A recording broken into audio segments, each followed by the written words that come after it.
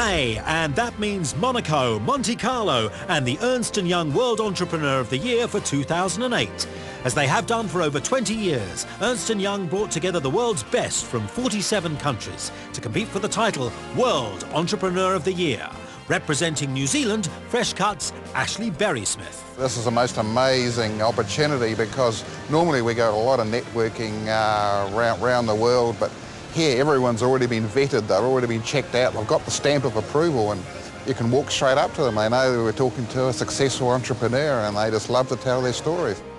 Now, the judging is very much a behind closed doors process, so what actually goes on?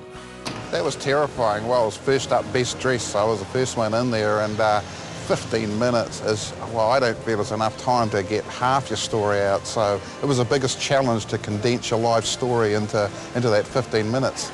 Wow, only 15 minutes of judging, but 4 days of networking. So is the competition element important? Let's ask the man at the top. It is a competition at one level, and some of them feel that competitive juice. But I think they also each get inspired by the others. And so they get the entrepreneurs together and they learn from each other. They see a different side of things than they looked at themselves. I asked Shane Yind of Imagination representing Australia what he thinks makes a great entrepreneur. I'd never actually worked it out, except I think it's an interesting mix of creative and business and leadership skills. And it's just this unique mix. Add a bit of passion and bingo. Passion. It's a word that the most senior entrepreneur in Monte Carlo knows well. Lord Philip Harris of the UK started in business all over again after a hostile takeover when he was in his late 60s. I was very disappointed of being taken over. I tried to buy it back myself and take it private. It didn't happen. One of the reasons when I sold the business, it was that I had no competition clause in the contract. So I actually sold out in August.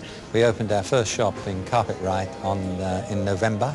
I think it was 11th of November, 20 years ago this year. And since then, we've opened a store every 10 days for 20 years, and it's been exciting. We've got a great team of people. Everyone's motivated, and we have a motto, believe and win. Belief and vision, something that all our entrepreneurs possess. I believe that by being an entrepreneur in sustainable energy, you can change the world, you can make it a better place. You have the spirit and you must have confidence that all problems can be solved. The conversations that we have on an ongoing basis within our company is that in everything that we do, we have to touch the shores of excellence. The word entrepreneur it's a fancy word for getting things done. Creating a sense of urgency is really important, and a can-do attitude in a company is really important.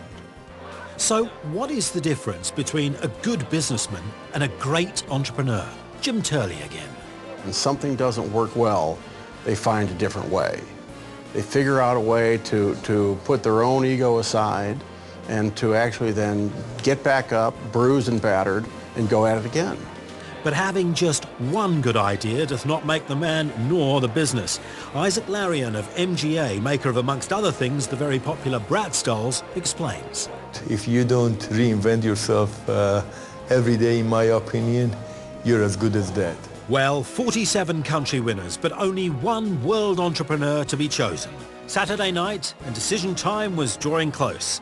A spectacular gala with the entertainment provided by last year's World Entrepreneur of the Year, Guy Laliberté of Cirque du Soleil. And during the evening, every country winner is inducted into the World Entrepreneur Hall of Fame, and they receive a great trophy. But who was going to take out the big one? Well, this year it was the turn of drug pioneer and biotechnologist Jean-Paul Clausel. 10 years ago, he left the safety and comfort of Roche to start up on his own.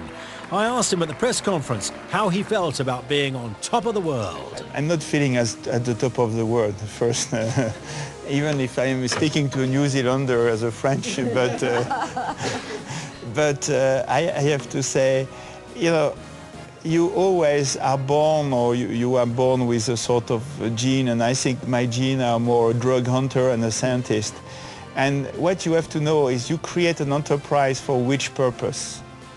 And I have to be frank with you and with all of us. We all created, at least I was part of this creation of a company, is really to create an enterprise or a company which is going to discover new drugs and to help patients. It was really the goal, to be able to be more efficient, to be in control of this fantastic adventure which is to discover new drugs. So, you know, I think that this is our final goal, and therefore I cannot dissociate the science and the medical, the patients. You know, I really, when people ask me what I'm thinking when I receive this prize, I really think of these patients, because when you know them, when you have treated them, you know how bad can be this disease, how terrible can it be when you see small children who cannot really go to school, who stay in a bed because they have this disease, and you can help them. I think that this is really what you think in this day, and I really think it's fantastic from Ernst & Young, in fact, to have given the prize to these patients, because I think that this is the first thought I had, is to think of all these unlucky patients who are really sick. We will, though, leave the very last word to Ashley. What's he going to take away from Monte Carlo? About 1,000 business cards.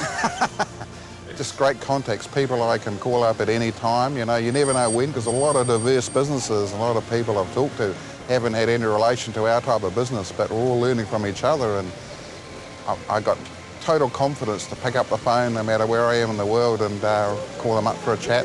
Absolutely. It's like this little club. I think this should end up being a far more global club, because it's such a shame when we all leave here today. But leave there we did. But before we go, we know the impression that Monte Carlo has left on Ashley. But let's find out what impression we've left on those entrepreneurs that we spoke to. What does New Zealand mean to them? You know, it is generally seen as a very special, highly emotionally connected country. I don't think he's ever been to Hokitika. The only thing that we know from New Zealand are, of course, the kiwis and that type of products. Hang on, did he just call the kiwis a product? The south of Chile is very similar to New Zealand. We have the dairies. Oh no, I don't believe that. Don't tell me they've got dairies in Chile. What, on each corner? Dougie Howard. Yes, he said Dougie Howlett. He did say Dougie Howlett. I love your lamb racks. I have them in Sweden. They are absolutely the best. All right, I need to be clear. I never showed him the lamb racks. It's an island that has all blacks who don't win the World Cup, but they always beat South Africa. Hey, hang on a minute. Very clean air, very good traffic. It wasn't that funny. Nice people. He's still laughing. Good sceneries. It's a lovely place. But not to make business there. Oh, no, we can't have that. I'll tell you a story about New Zealand. No, that's it. That's where we cut. We're not having Australians tell stories about sheep. That's it. Cut.